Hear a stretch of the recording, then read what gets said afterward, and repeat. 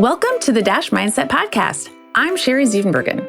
You were born, you're gonna die, and your adventure is your dash in between. So make the most of it. Unlock your potential in all aspects of your dash by embracing your uniqueness and living in a way that's authentic to you, not by doing more things, but by focusing on the right things. I'm a former corporate leader turned coach who's on my own journey, and I'm passionate about helping you on your journey too. So on the podcast, we'll explore how to live authentically by deciphering who you truly are and what you truly want. Are you ready to take a step toward designing your dash? Someday doesn't actually exist, so let's do it now. Hey everyone, today I'm talking about something we all struggle with at times: control, or more specifically, identifying when we do and don't have it. Generally speaking, we all know we can't control everything, right? That our control is limited. When thinking rationally anyway, we generally do. But as I've talked about before, when we're in a state of overwhelm, frustration, burnout, anger, whatever that less than positive emotion is, all rationale goes out the window. And sometimes even when we are thinking rationally, we still get it mixed up because sometimes it feels like we just cannot control ourselves. And sometimes it feels like we can, or at least should be able to control everyone and everything else. So I want to share a concept that can help reduce negative emotions and ensure you're putting your time and energy toward the right things instead, on the things you can actually impact, rather than simply draining the mental energy, the mental space, all of the things you have with zero benefit. So the concept is the sphere of control.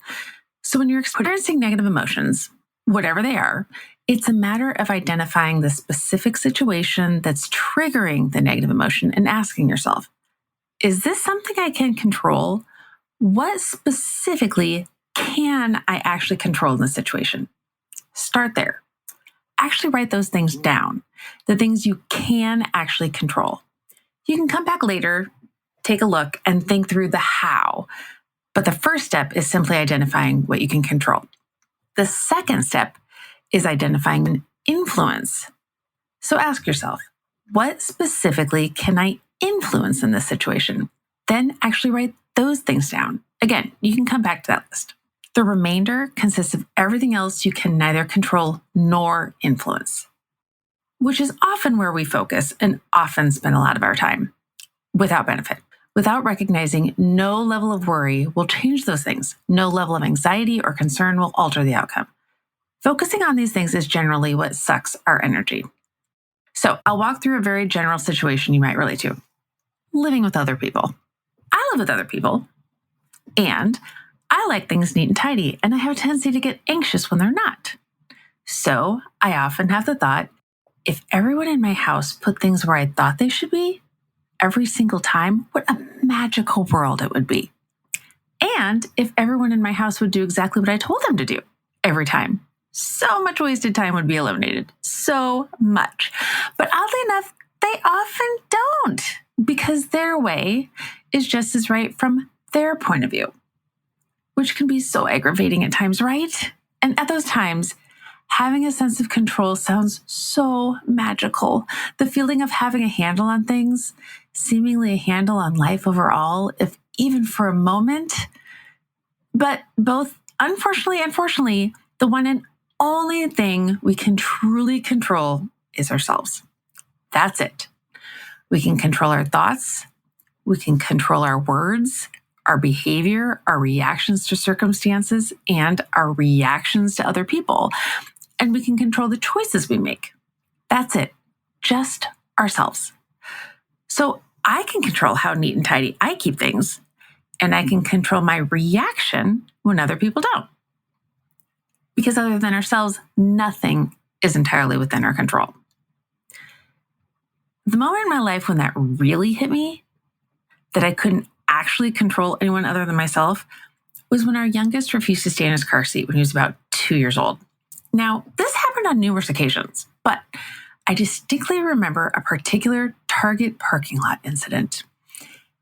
As we were returning to our van after what seemed like a 4-hour trip into Target, and actually may have been a 4-hour trip at that point, I was still kicking myself for thinking a quick trip to Target was actually possible with a 2-year-old.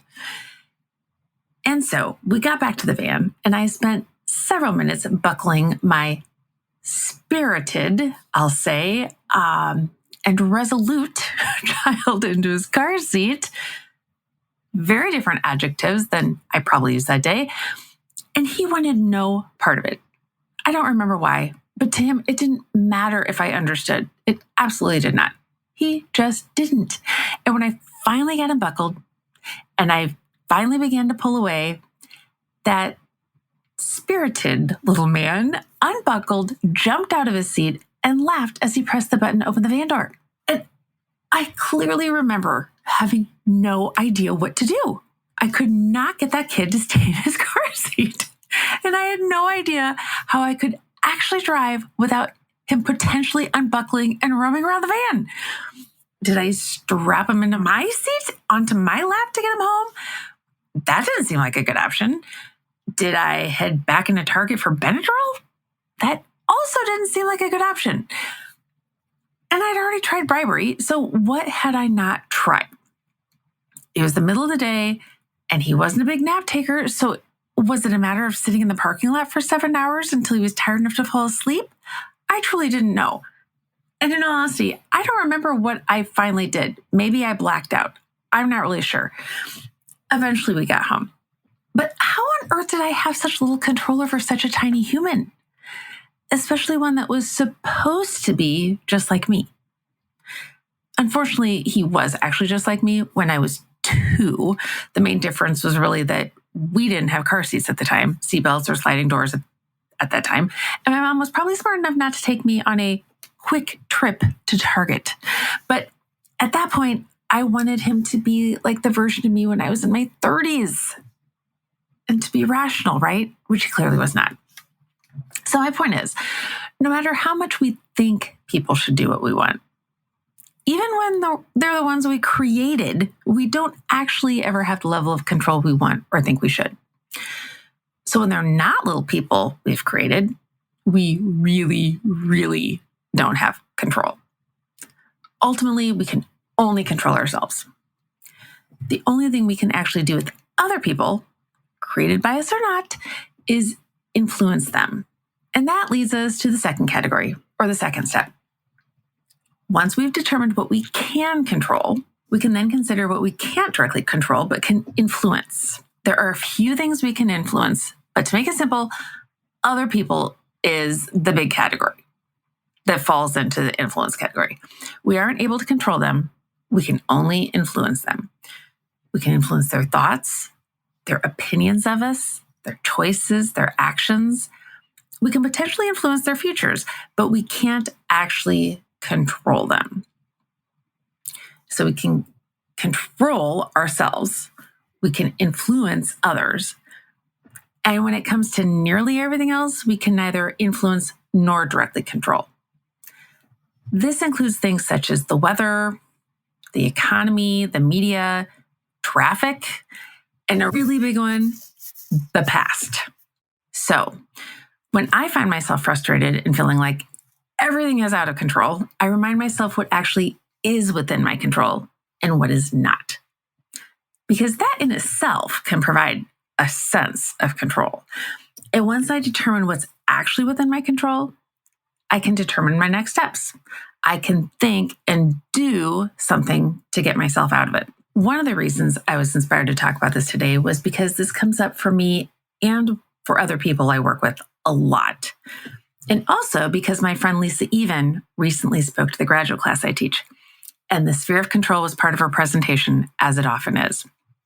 As a side note, if you don't follow Lisa on social media, just to be clear, you should. She's a joy connoisseur and speaker. She wrote the book, Joy is My Job, and she's about to start a podcast. She's fantastic.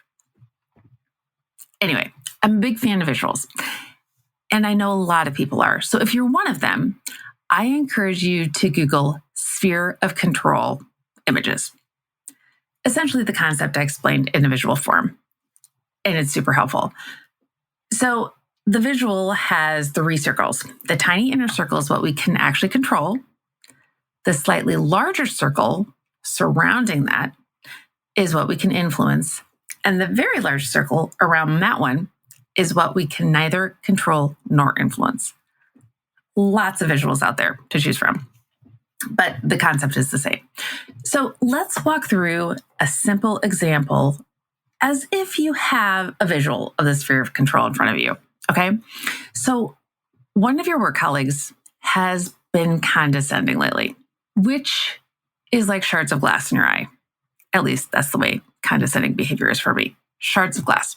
So let's think about this. What's within your control? Your colleague? Nope. The only thing you can control here is yourself. And that's what goes into the control circle. So imagining you have a visual of the sphere of control in front of you, write myself in the control circle. Now, what can you influence? Your colleague. So that goes in the influence circle. And we will come back to that. So myself is what you've written in the control circle. Your colleague is what you've written in the influence circle. Now, what can you neither control nor influence? You might see a lot of things here. The primary one that comes to my mind is the past. The fact that you've already experienced his condescending words, tone, delivery, whatever. Does that mean you can't focus on what happened? Absolutely not. You can focus on what already happened, replaying the incidents over and over and over again in your mind. But will that change anything? No, nothing other than your mental state. Does it impact him in any way? No, he's going about his business, living his life. So you can write the past or what has already happened, however you want to note it, in the biggest and final circle, which represents what you can neither control nor influence. Okay, so now let's get back to the control circle and the fact that you can only control yourself. So that's what you've noted in the control circle. What steps can you take? There are a ton of options. So let's just brainstorm a few. Your colleague's being condescending. What can you control? And what can you do about it? You can control yourself. And so the steps you could take might include quitting your job. You could quit your job. You wouldn't have a condescending colleague anymore. You could. Might not be the best option, but it is an option. You could scream at your colleague. You could just totally go off on him. Also an option. Again, might not be the best one, but it is an option. And another option might be having a conversation with him, getting curious, asking questions about what his intent was, what's going on in his world. Might not feel like something you want to do, as likely not the first thing that comes to mind, but again, it is an option. And another option could be changing your own thoughts. You could have the thought and just assume that he was well-intentioned. And maybe he had something going on in his life outside of work, but he was well-intentioned. Or maybe something going on in your own day led you to taking it differently than he intended. Another option, changing your thoughts. So that was the circle of control. And those are the steps you can take. Now, let's move on to what you can influence and move on to the influence circle where you had noted your colleague.